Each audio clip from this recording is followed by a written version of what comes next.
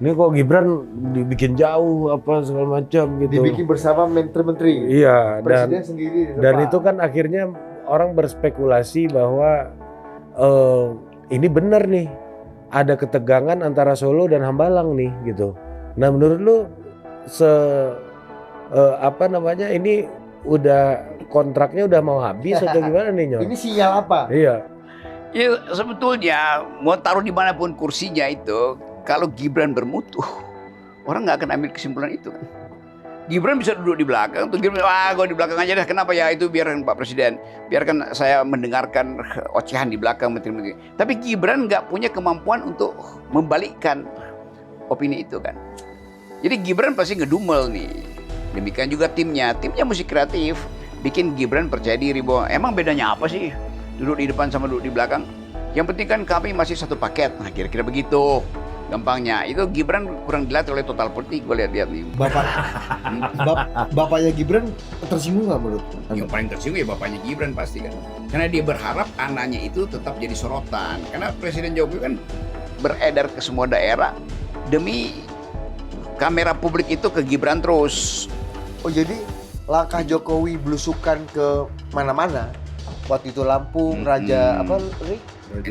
Raja Lampung, kemudian Raja Timur, ke NTT baru Nyor. Itu sebenarnya 100% untuk Gibran. Bukan 100%, 102%. Kan bagi Jokowi yang Kenapa Jokowi perlu menyelamatkan Gibran? Sebab cuma Gibran yang bisa menyelamatkan Jokowi. Ya kalau Gibran nggak jadi presiden, ya Jokowi diacak-acak lagi mulai dari ijazah palsu sampai flag mungkin di dalam tubuhnya dipersoalin kan. Kan cuman bagi Pak Jokowi dia masih banyak kasus. Dan tidak mungkin orang berhenti mempersoalkan itu. Satu-satunya yang bisa membuat dia aman kalau Gibran jadi presiden.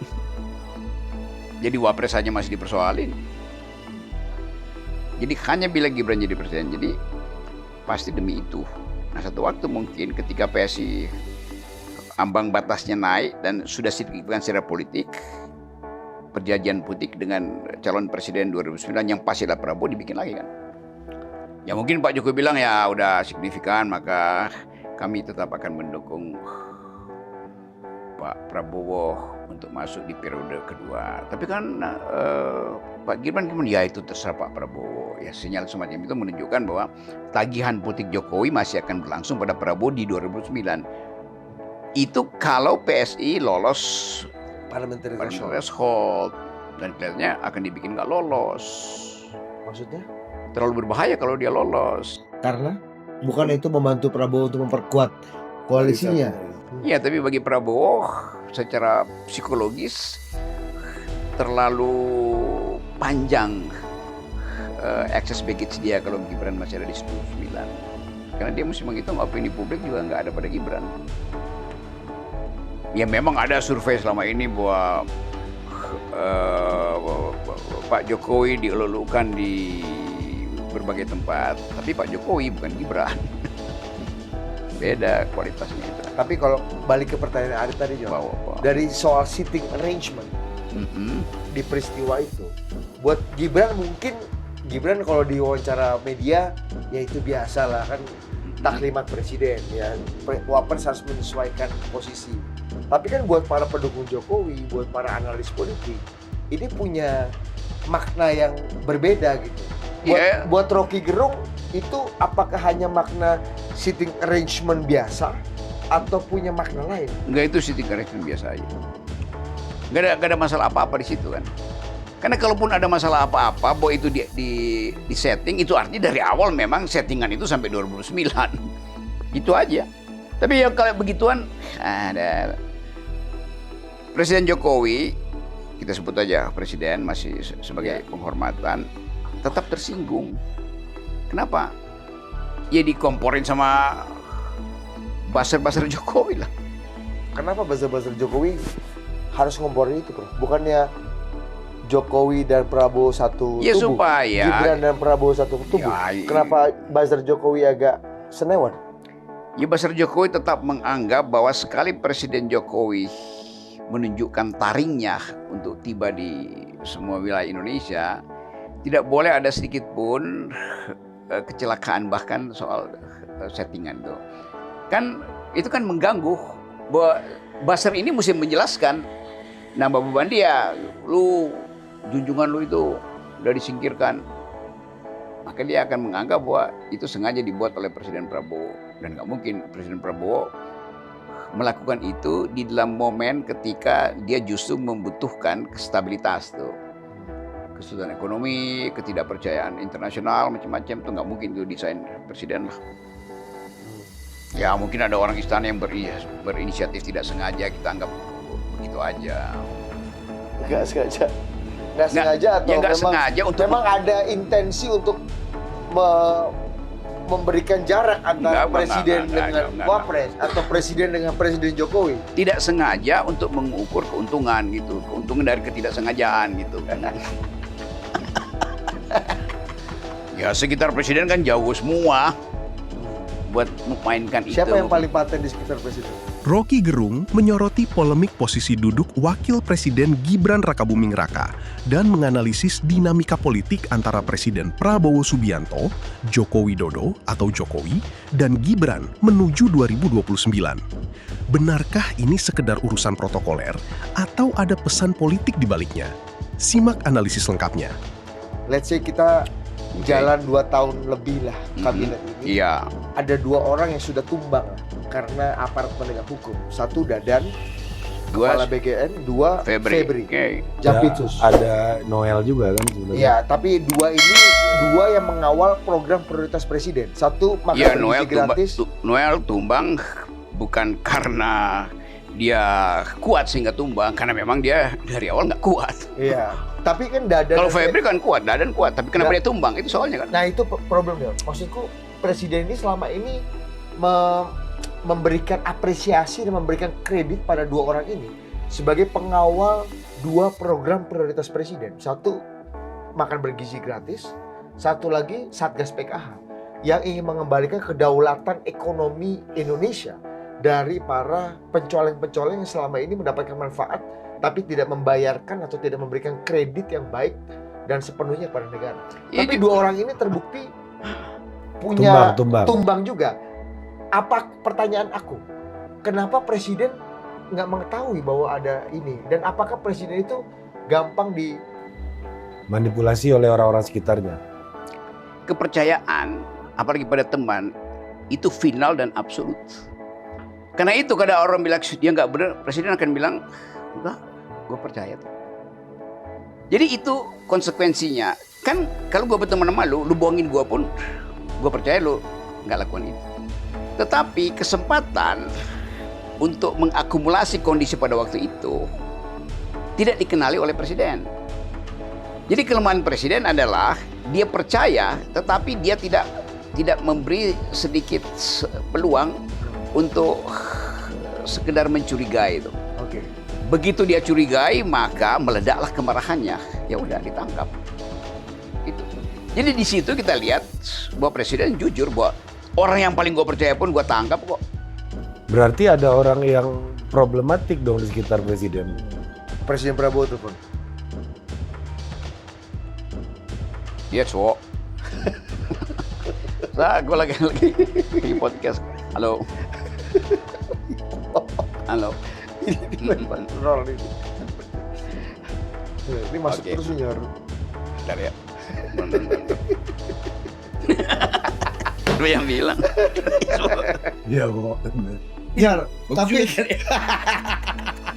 Ntar dulu 1 menit nih gua. iya, ini Dari penting sini. nih. Ini sambil coba lo kasih konteks. Iya, artinya kan artinya presiden nggak ngeh kalau ada orang-orang begitu di sekitarnya sehingga butuh waktu. dan presiden percaya betul ya. Sepanjang itu apa unconditional trust itu juga di antara elit kan bukan sesuatu yang baik. Trust. Iya. Jadi maksudku gini, presiden aja bisa di quote unquote ya, kelabui sama orang yang dia percaya.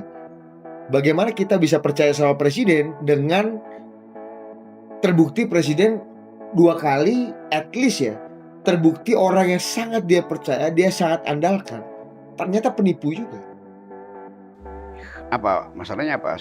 Semua orang punya standar untuk Maksudku, percaya pada orang kan? apakah presiden itu loh kok jadi presiden kayaknya gampang nih. Agak mudah di apa bahasa Eli ya? Dimanipulasi. Dikelabui lah. Dikelabui, ya.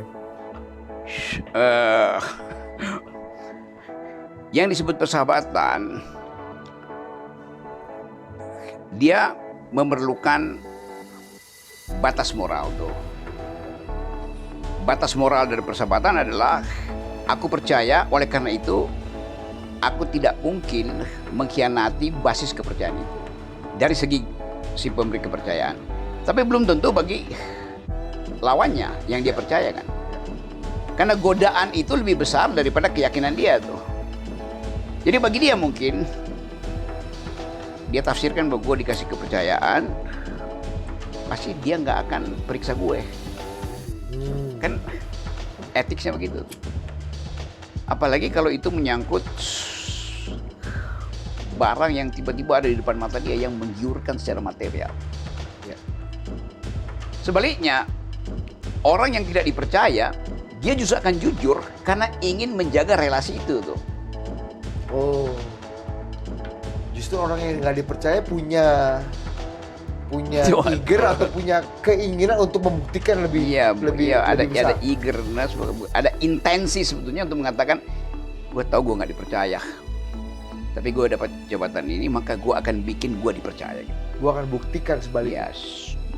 Nah dari situ Presiden Prabowo belajar sebetulnya tuh. Dia menganggap bahwa di dalam disiplin militer sekali dipercaya itu yang hukumannya tinggal soal indisipliner tuh.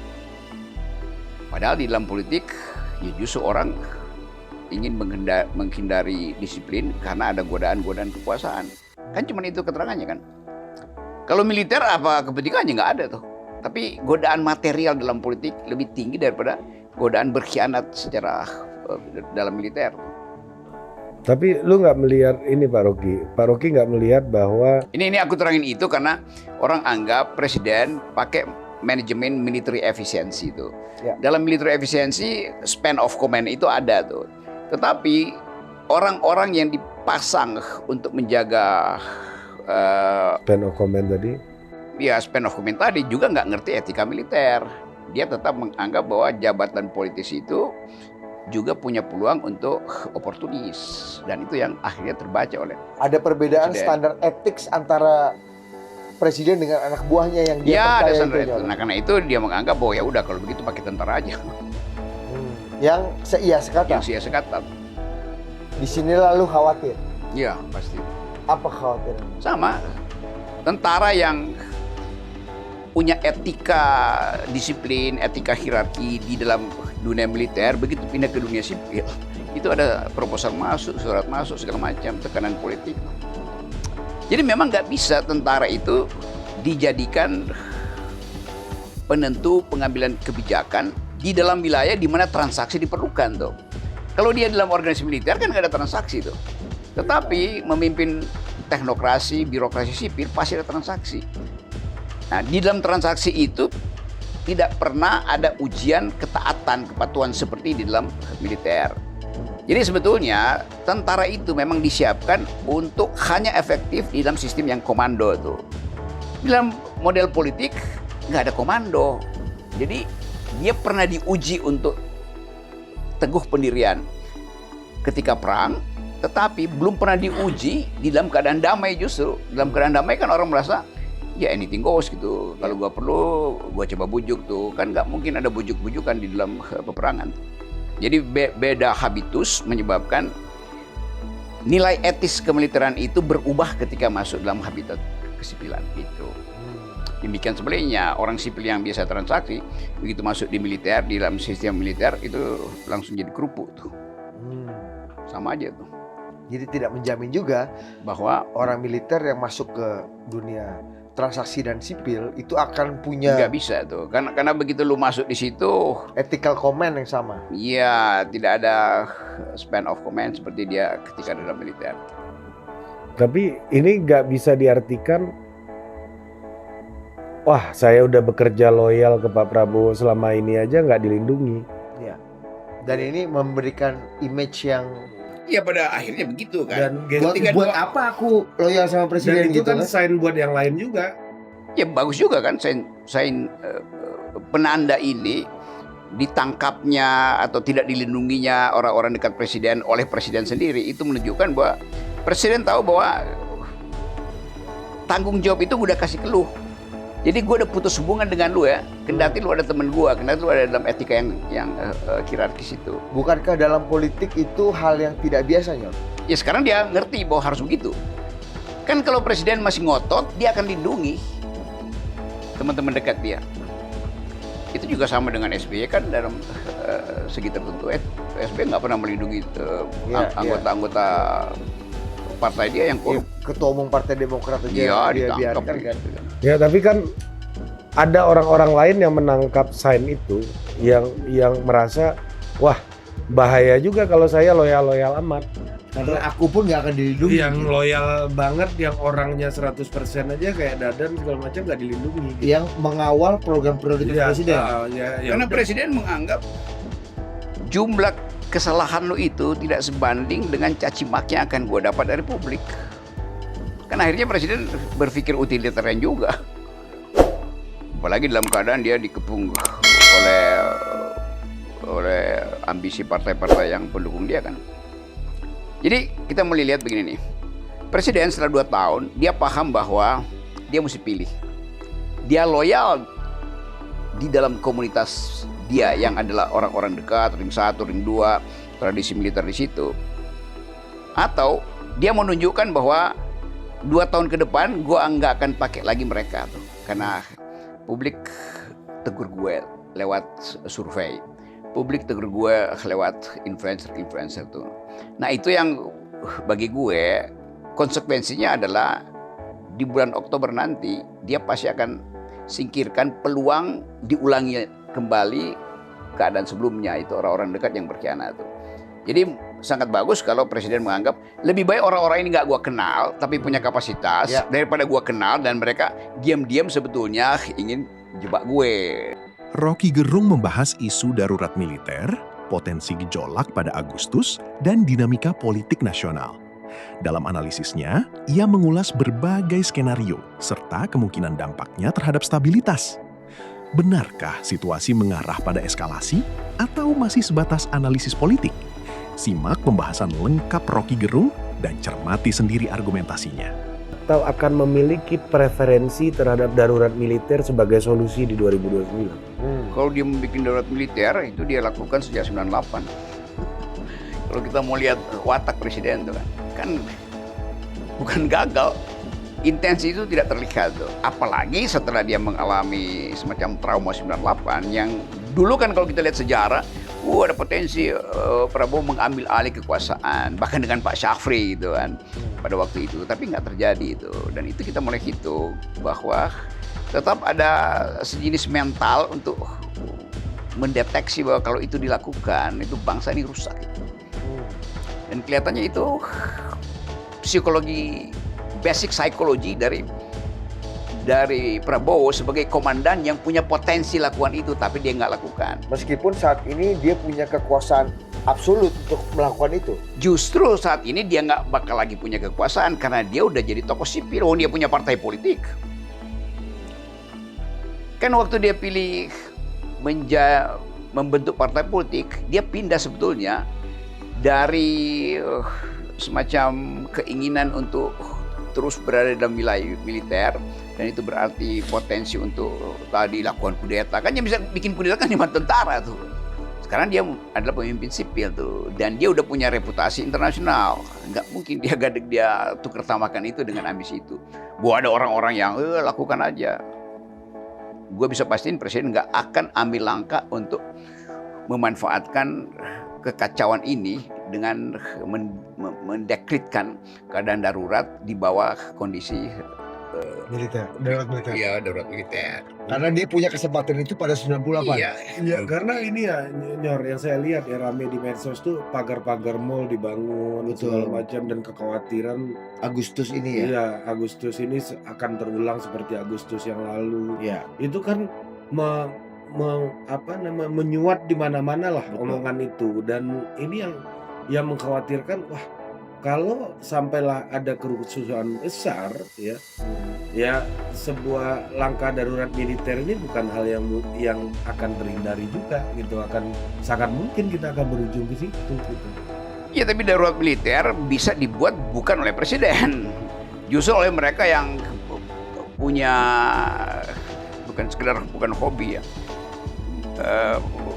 ya menganggap bahwa bisa tenangkan keadaan melalui pengkondisian itu. Jadi kita bisa bayangkan misalnya ya ada 2-3 orang kirim pesan pada beberapa oligarki, ya akan ada darurat militer, maka mendingan kalian pasang barikade di situ. Tapi itu juga ya bikin barikade kan cuma buat mencegah orang nggak merusak kan. Padahal darurat militer itu adalah ngepung istana. Kalau cuma bikin kekacauan begituan, iya gampang betul. Tapi kalau tidak ada etik atau tidak ada etos dari tentara hari ini untuk mengulangi pelajaran-pelajaran yang sama di Filipina, di Amerika Latin, kan nggak ada tradisi itu di Indonesia. Ya. Apa tradisinya?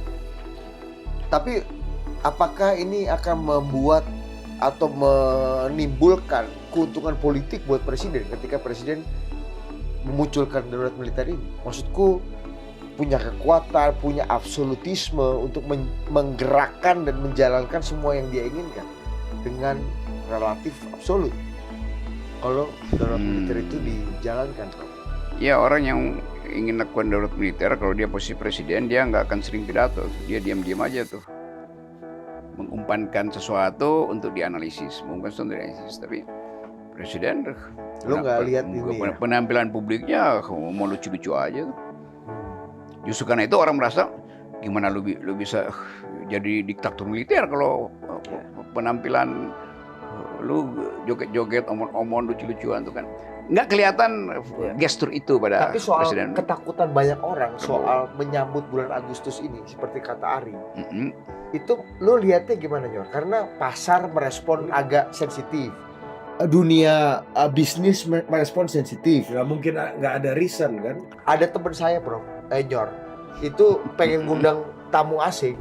Dia tanya, lu ada denger nggak ada kerusuhan nggak di bulan Agustus ini? Kalau nggak, gue nggak jadi nih kegiatan nih. Karena itu udah jadi sebuah common sense dan ketakutan Memori Agustus. Sebuah ketakutan komunal, Nyor. Iya, Dan melihat kondisi ekonomi, approval rating seperti saat ini, wah kayaknya titik-titik menuju instability dan kerusuhan itu akan terjadi. Lu ngelihatnya Agustus ini akan seperti apa? itu kalau Bahlil nekat untuk nggak ngirim LPG ke dapur mak-mak, itu pasti terjadi itu. Cuman itu aja kan. Atau Pertamina gagal suplai harian BBM. Cuman itu aja. Kalau soal dolar, ya dolar kan gampang. Tinggal lihat berapa orang sih, paling 20 orang tuh yang main-main goncang-goncang kecil gitu. Spekulan-spekulan itu memang faktanya dolar itu melemah, tapi tiba-tiba menguat lagi kan. Berarti ada spekulan di situ tuh. Ya guyur aja, apa konsekuensinya? Ya cadangan devisa habis, ya cetak aja lagi untuk ganti tukar tambah untuk sektor real. Jadi menurut lu ketakutan massal ini itu tidak relevan menjelang Agustus ini, Nyor? Ini upaya dibuat untuk ngomporin BEM.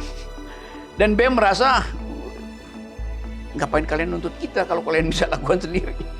Kan yang namanya revolusi itu selalu dimulai, cuman ada satu ingatan, kerusuhan itu 74, mahasiswa. Di belakangnya ada tentara, demikian juga 65, di belakangnya ada tentara tuh. Nah sekarang mahasiswa tahu bahwa dia nggak mau dikendalikan tentara. Agustus 25 tentara juga? Iyalah. Agustus 25? Iya, itu menurut analis New York Times, analis Indonesianis itu. Ya belum dibuka problemnya, tetapi mahasiswa menduga itu, maka mereka merasa, waduh, kita bisa diumpankan dong. Apalagi anak-anak UI mah ada jadwalnya, gue tahu tuh jadwal demo anak UI, udah mahasiswa gue semua kan. Dan mereka tahu bahwa mereka lagi dipancing untuk jadi martir. Iya, paling nggak jadi martir di atas perkelahian dua tokoh utama sekitar Prabowo. dua tokoh utama di sekitar Prabowo. Lu jangan paksa-paksa sebut nama lagi, nggak seru. Nggak. Di situ Dia- akan- Gua udah tahu dia nggak akan nanya. Iya. Enggak, pasti berarti bukan Jokowi versus Prabowo. Bukan. Ya, itu aja, itu Kan aja. udah jelas dari sekitar Prabowo. Iya. Iya kan? Pak Jokowi justru menginginkan tidak ada revolusi supaya dia mampu berkampanye. Terus kalau Agustus ini ada kerusuhan itu ya Jokowi balik ke Solo lagi dong. Ditemani oleh tembok ratapannya. Justru Pak Jokowi ingin keluar dari tembok ratapan. Karena itu nggak mungkin Pak Jokowi yang punya intensi untuk nyari gara-gara, ya rugi buat beliau gitu. Tidak menguntungkan buat beliau ya. Karena olahraganya itu kan Yor kan. Elektoral. Iya, e-sport kan, elektoral sport. Ya, karena Pak Jokowi selalu udah siap sedia untuk menundukkan kepala. Buat apa? Buat dapat mahkota sebagai raja. Gitu. Rocky Gerung mengulas loyalitas para pembantu Presiden Prabowo Subianto, evaluasi kabinet, dan tata kelola pemerintahan. Menurut analisisnya, pola kepercayaan Presiden terhadap orang-orang terdekat menjadi sorotan. Benarkah ini sinyal evaluasi besar di lingkaran kekuasaan? Simak analisis lengkap Rocky Gerung dan nilai sendiri argumen yang disampaikannya. Terima kasih sudah menonton. Jangan lupa like, komen, dan subscribe. Sampai jumpa kembali.